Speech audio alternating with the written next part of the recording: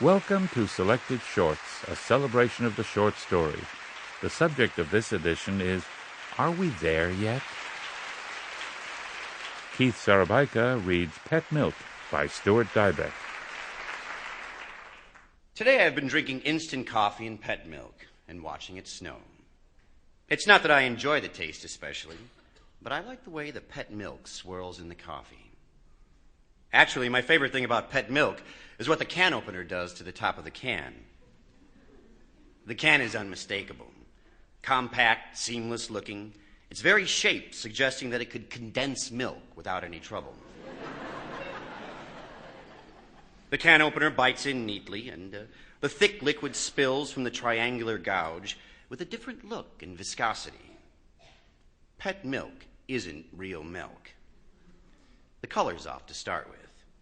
There's almost something of the past about it, like old ivory. My grandmother always drank it in her coffee. When friends dropped over and sat around the kitchen table, my grandma would ask, "Do you take cream and sugar?" Pet milk was the cream.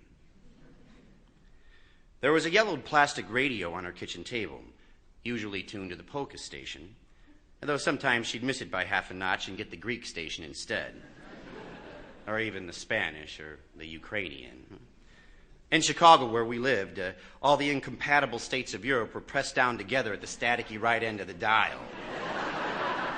Well, she didn't notice as long as it wasn't in English.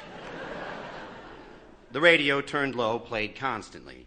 Its top was warped and turning amber on the side where the tubes were. I remember the sound of it on winter afternoons after school, as I sat by her table watching the pet milk swirl and cloud in the steaming coffee, and noticing outside her window the sky doing the same thing above the railroad yard across the street.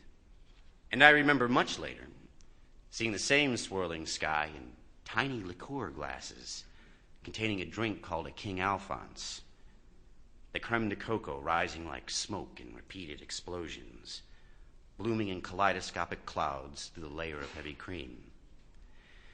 This was in the Pilsen, a little Czech restaurant where my girlfriend Kate and I would go sometimes in the evening.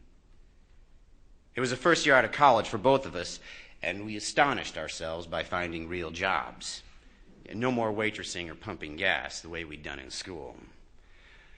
I was investigating credit references at a bank, and she was doing something slightly above the rank of typist at Hornblower and Weeks, the investment firm.